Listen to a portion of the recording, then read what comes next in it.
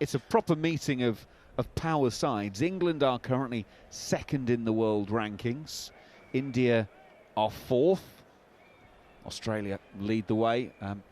Their current ranking, let's put some numbers on it so you get some context on it. So Australia's ranking is 126 points. England are second with 113. South Africa third on 111. India fourth on 105. They're the only ones into the three figures. New Zealand are fifth on 95. So that is where we are. And of course, we've got a World Test Championship final coming up at Lord's in a few weeks' time. South Africa against Australia. It should be a fascinating game of cricket, that one, Harmy. Yeah, it will be a fascinating game of cricket. It'll be a good one. You know, the World Test Championship argument, I think, is there. It's flawed. A lot of people, even Jared, just talking about it in the last 20 minutes of that last set of the first session of Zimbabwe against England. And when you put into context, I don't think anybody really understands what the best solution would be to get everybody around the table in Test match cricket to make it fair and get to an even contest to make a final. I think that still needs to be addressed. So South Africa against Australia will be a very, very, very good Test match. I think if Australia turn up and play properly, I feel as though there's only one winner there. But when you've got the likes of Kagiso Rabada, who has bowled beautifully for South Africa for a number of years now, someone like David Bedingham, who is not a household name, but he's playing in England, and he's played a hell of a lot of cricket in England for Durham and been very, very successful. You know, he gets in on a flat one. Bedders likes to score runs, and he scores big. So, but like I said before, if the Cummins, Stark, Hazelwood, seam attack turn up, I mean, it's very, very difficult to back against them. I just go, well, look at the England side. We've talked a lot about this, the India side, and I've named my probably 1 to 11. I tell you what, there'll be a lot of head scratching between Rob Key, Luke Wright, Ben Stokes, and Brendan McCullum on who their bowling unit will be come Headingley and that first Test match, because looking here, there's a few fluffed airlines. They haven't put had the audition, and they haven't put the right foot forward, and you'll be interesting to see where England go, because their top 7 will be the same. I don't see Jacob Bethel playing in the first Test match. I think he'll be back in the squad. I think it would be a monumental mistake to play Jacob Bethel over Shoaib Bashir. As well as Ben Stokes looks, I wouldn't want to put too much pressure on that body, because that's what would happen. You know, whoever bowls spin for England, they're going to get belted out of the park. I wouldn't want to put Stokes under that much pressure. So I see the top 7 looking the same.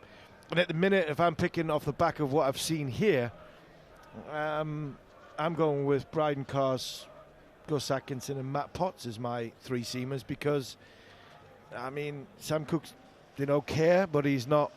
I don't think he's been the Essex Sam Cook. Can you give him another chance? Can you run the risk of giving somebody another chance? I'm not so sure. So I wouldn't go with him. And Josh Tongue exactly the same. I think he's had a chance here to be aggressive against a group of batters who are sort of borderline up to what first class standard. Maybe he's a little bit better, but hasn't looked as though he's been that intimidating on what is always, it's Test match cricket. It's a flat pitch, and that's something he's going to have to put up with. And yeah, I don't think he has been as threatening or as dangerous as what you would like him to be. So hopefully Castle will have a good one-day series. He'll be back. For me, if I was Matt Potts, and this is the thing that really frustrates me about the modern-day game. I mean, I was different. You know, I remember getting left out of a Test match at Lord's, England against Australia, and I made sure I was playing for Durham that afternoon, and I left Lord's at 10:30, and I took the first ball after lunch here at Trent Bridge against Nottingham. And if I was Matt Potts and he's bowling here, and yes, he's a different character, and you don't like to be forceful, but the minute I got left out at 10:30 yesterday morning, or 2 mornings ago, I'd have been braying on the door of Brendan McCullum saying, I'm going to play for Durham this week, I'm going to play against Somerset, I'm going to knock Somerset over, I'm going to get a big bag of wickets, I'm going to blow them away, and you try and leave me out for the India Test series. You try and leave me out. For me, there's not enough of that going on. All this protecting bowlers this and protecting bowlers that. Bryden Carse played 1 game since he's finished in India. I mean, how can people get into rhythm and how people, I sound like an old man, and I probably am, but for me, Potts bowling here with a white ball to Southey.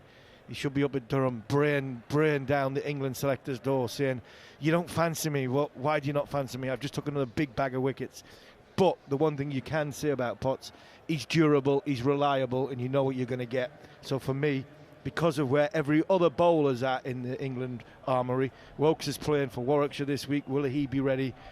For me, I'd go with Atkinson, who hasn't had another great day, Carse and Potts, probably along with Bashir. And I have said for quite some time now, I think England should play four seamers against India. But at this minute in time, I don't think there's four seamers bowl well enough or have bowled enough to say, right, I deserve a place in that first Test match team against India in, second, third week in June. Just going back to that point about players not being picked in a test and going back to their county, one of the, I suppose, the advantages that England have got is here we've got a Test match starting on a Thursday. The county games all start on a Friday. Therefore, it would be quite easy, because you don't even have to rush back now to jump in your car if you're not in the team come the toss. So it feels, I don't know. Is it that the England management are saying, stay here, work with us? Or do you think it might be up to the individual? Do you want to go back and play, or do you think that the England management say, no, you're part of this group, therefore stay here and we can monitor you? I think it's a bit of both. I think it's a bit of both. I think the player quite happy. I think the player might be quite happy sitting with an England tracksuit on a balcony, games on TV, enjoying watching, being in and around the Test match arena, rather than going back to a freezing cold Durham with nobody really watching and everything that goes with it. But I think that the modern player, I don't want to say they're soft, because they're not soft, but they've got to be more forceful. It's their career. I wouldn't like, in 10 years' time, Matt Potts could enjoy a lovely time. He's been all around the world, but he might end up turning around and playing 20 Test matches, 25 Test matches. And there's other ways of going and knocking on doors. Bowling in the middle with Jeetan Patel and Tim Southey is all nice and it looks good, and you're bowling with a white ball and you're around the dressing room and you're a good lad. But I tell you what, if you took 8 or 9 wickets against Somerset in the first division of the Championship from up there, word goes around, your name goes around a lot further and a lot quicker in that dressing room. When Potty's got another wicket at Durham, Potty's got another wicket at Durham, Potty's got 5 for, Potty's won a game for Durham and blown them away. That, for me, speaks more volumes in being a good lad and sitting in the dressing room and having a bit of banter with the lads. Like I said before, I'll never forget that game when Straussy said I wasn't playing. I made sure I was here. I was here just as the players come off at lunchtime. Jeff Cook said to me, just take your time, we've got a substitute, you don't have to carry it, you don't have to go straight on.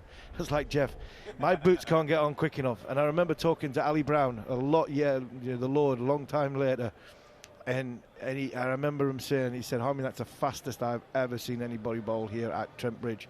That attack you had, there was me, Plunkett, Onions. It was a very, very quick bowling attack. And we won the championship that year by about 5 games to go.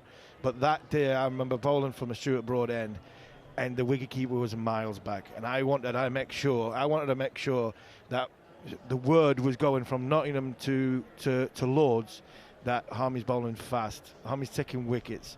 Geez, I mean, that noise, and that goes a hell of a lot further than Harmy bowling to the stumps at lunchtime and at tea time and having a good crack with the lads in between. It's your career, own it and make sure. And like I said before, if I wasn't playing like Sam Cook did, you go and ask the coach and the selectors, what do I need to get better? And then you go and put performances together. For me, Matt Potts should have gone back to Durham, played and bowled 30 overs, 35 overs that week, tried to get 5 foot, tried to get a bag of wickets and have the winners column. And that, for me, is the difference between, I think, the modern generation now and even a generation as early as maybe 7, 8, 10 years ago.